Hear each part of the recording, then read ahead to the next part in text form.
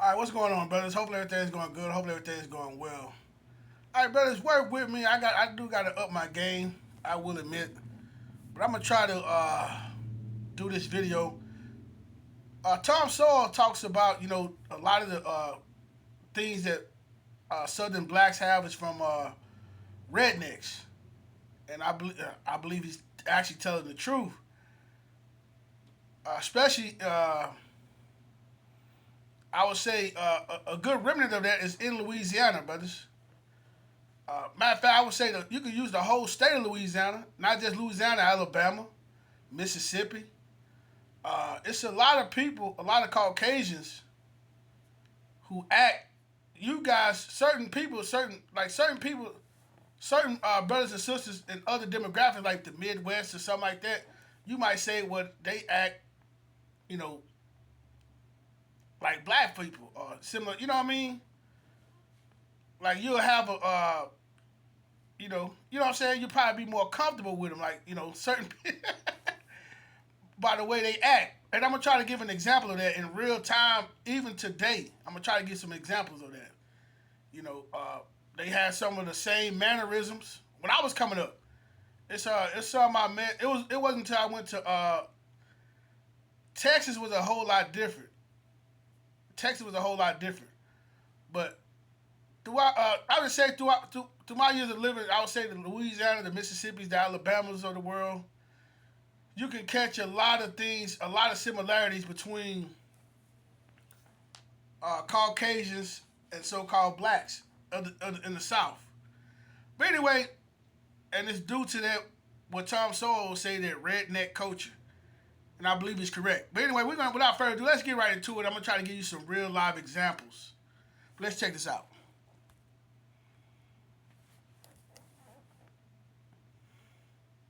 Much of the cultural pattern of Southern rednecks became the cultural heritage of Southern blacks, more so than survivals of African cultures with which they had not been in contact for centuries. Even in colonial times, most blacks on American soil had been born on American soil. Moreover, such cultural traits followed blacks out of the southern countrysides and into the urban ghettos, north and south, where many settled. The very way of talking, later to be christened Black English, closely followed dialects brought over from those parts of Britain from which many white Southerners came, though these speech patterns died out in Britain while surviving in the American South, as such speech patterns would later die out among most Southern whites and among middle-class blacks, while surviving in the poorer black ghettos around the country. For example, where a Northerner said, "I am," "you are," "she isn't," "it doesn't," and "I haven't," a Virginian, even of high rank, preferred to say, "I be," "you be," "she ain't," "it don't," and "I ain't." These Virginia speechways were not invented in America. They derived from a family or regional dialects that had been spoken throughout the south and west of England during the 17th century. From these same regions of England came such words as yaller for yellow, axe for ask, acrost for across, y'all for you, bile for boil, do for door, dis for this, and dat for that.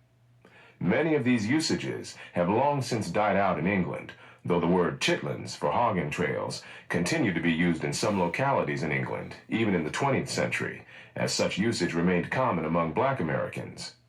But no such words came from Africa, nor did the holiday Kwanzaa, which originated in Los Angeles. The slaves' custom of marking their marriages by jumping over a broomstick, a custom resurrected at a posh wedding among blacks in 20th century New York as a mark of racial identity, was in fact a pagan custom in Europe in centuries past, and survived for a time among Southern whites. Complaints about the improvidence of whites in the South and of their ancestors in Britain before that were echoed in W.E.B. Du Bois's picture of his fellow blacks in the 1890s. Probably few poor nations waste more money by thoughtless and unreasonable expenditure than the American Negro, and especially those living in large cities. Thousands of dollars are annually wasted in amusements of various kinds and in miscellaneous ornaments and gewgaws. The Negro has much to learn of the Jew and the Italian as to living within his means and saving every penny from excessive and wasteful expenditures. It was not, however, from Jews or Italians. That's the same problem we still have today, brothers. A good percentage of our people can make money. I actually heard some guy on YouTube say this maybe about 8 months ago. He said the so-called black people have a spending problem. So there's nothing new under the sun. But anyway, brothers, that's it right there. I'm going to pause it and I'm going to try to give you some live examples of that redneck culture. We're going to see some Caucasians and we're going to see if we can point out some similarities. What similarities that I've seen that I grew up with. But I'm from the South, brothers. But let's check this out. Without further ado. All right, brothers. This is our Rafter Baker. Hold on.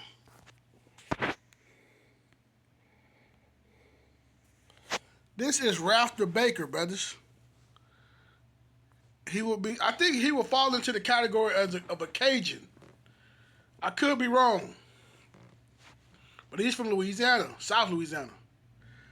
And of course you have the legendary Bun B with him. Now watch how they interact. We're going to watch a little bit of video of how they interact, and how they talk. And I think it further adds credence to what Tom Sowell was talking about in his book about what you would call the redneck culture. But let's check this out. And of course, Bun B's a so-called black man from the South. He's from Port Arthur, Texas, to be exact. But let's check it out. Baby, y'all already know Trill Burger, baby, all the way. Let's go with 2 sticks of butter now. 1 pound of alligator. 2 pounds of crawfish, baby. Let's get it. Put a little blackened seasoning. And that Cajun seasoning, baby, you already know. Don't be stingy. You already know.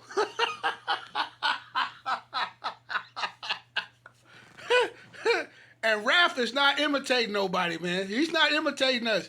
That's just who they are. You already know. Brothers, I would say it's old for, it's probably older than me, but I'm just saying that's something we said a lot. You already know. You already know. That's some of the verbiage that we use when I was coming up in the South. You see what I'm saying? You understand what I'm saying? You get me talking and all this slang, but you understand where I'm coming from, brothers. You get, So Ralph, like I say, some people in certain areas probably like, man, I don't know, he kind of act, they probably would say he act so-called black, like a Southern black, but that's not the case. That's just how they talk. You see him saying baby. And I remember one time, that's how you could tell a guy from the South Louisiana from the North Louisiana. Their speech patterns, how they sound, and certain slang words that they would use back then. But I was coming up with baby, and I still think they still say that a lot, man. That's pretty old. You know how we do it, baby. They saying that baby stuff a lot. You know what I mean? Whatever. But anyway, let's go on.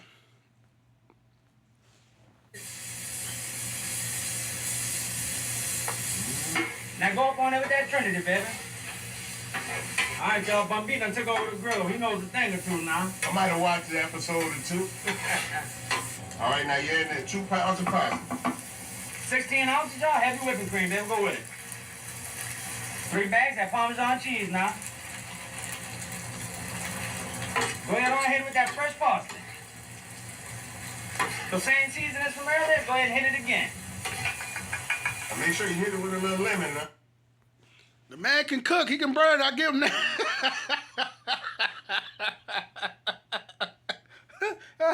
Hey, man, get me hungry, man. But yeah, you can tell Ralph can burn, man. Ralph, and he's one amongst many, man. And he's what you would say famous now, but he's one amongst many of Caucasian men I've came across, even women in my years, who were, what I mean, kind of had that flair, good cooks, things like that. So that's all. But I can kind of see what Tom Sowell is saying. Look at his talk, his speech patterns. You understand what I'm saying? Ralph, you compare Ralph. Just watching Ralph in general from over the years, you compare Ralph in any so-called black community here in America, and he'll fit right in, and people will like him. You know, he'll fit right in. And what they say, the term they use today, the cookout. He's invited to the cookout. Ralph will come to that cookout and blend right in, win people over, be competing on the dominoes, all that type of stuff. And he won't be acting or imitating. It's just who they are. It's their culture. I think he falls into the Cajun.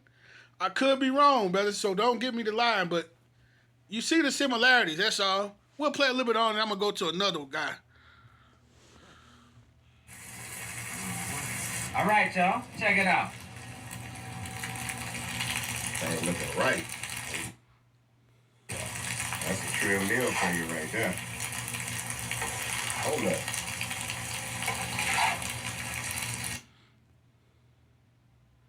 All right, y'all, check it out. 2022, I lost two very important people in my life. All right, hold on, brothers. Let me pause it. All right, brothers. Now, this is a guy by the name of Stell Cracker. He is from Louisiana, too, as well. I believe Stell Cracker is a Cajun, right? Yeah, that's just his name. He calls himself Stell Cracker, whatever. He can burn, too, brothers. He can burn, too. So you saw Ralph the Baker. I don't know if you brothers can see the similarity, the speech patterns. Check it out, y'all. Y'all check it out, you know. No, and a lot of brothers and sisters talk in that fashion. They really do. They really do. I think Tom Sowell is correct about some of the speech patterns, the things we do. You know, you already know which is pretty old. I think it go back even further than me. But anyway, we're going to check out Stell Cracker, and he's going to watch how he talks in his interaction and how he acts, right? But let's check him out. Look at the watermelon patch, me and my partner right here. We're going to see how long it takes to give a free watermelon away. We're living a high life. We got to eat jail. Happy 4th of July, you filthy animal. What's up, D-Buddy?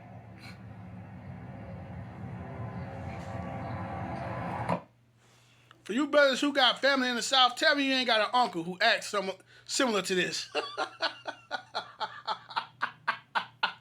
For you Midwest cats and the West Coast cats and East Coast cats, tell me if you don't have an uncle or a family member who don't act similar to this. If you got family in the South that you have visited. But let's check it out. Let's continue on. You ready? Let's see if we can give us some free watermelon. I made this sign myself. Let's go! Free watermelon! Free! Let's go. Now you could be like, well, that's today's lexicon. Let's go. Could be. I will not say it is or not. But let's go on. Watermelon! We'll get some calls coming. Right here, dude! Free! Free! Free! You want a free watermelon? Yeah, dude, get up and yo! Oh, we got one! We got.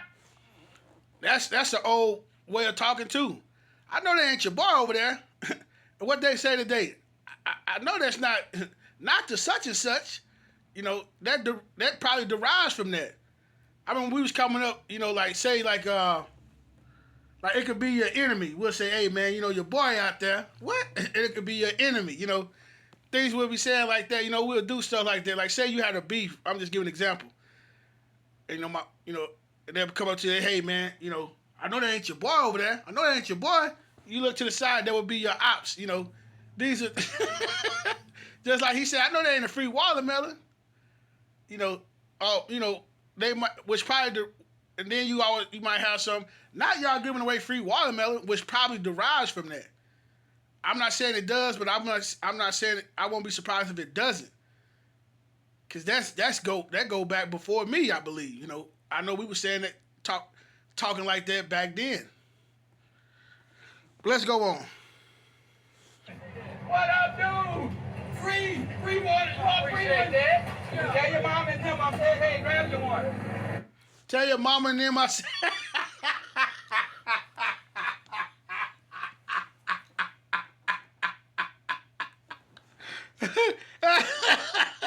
You brothers from the South, man, you can't tell me. And you brothers from the South can't tell me y'all don't act like that. Tell your mama and them myself.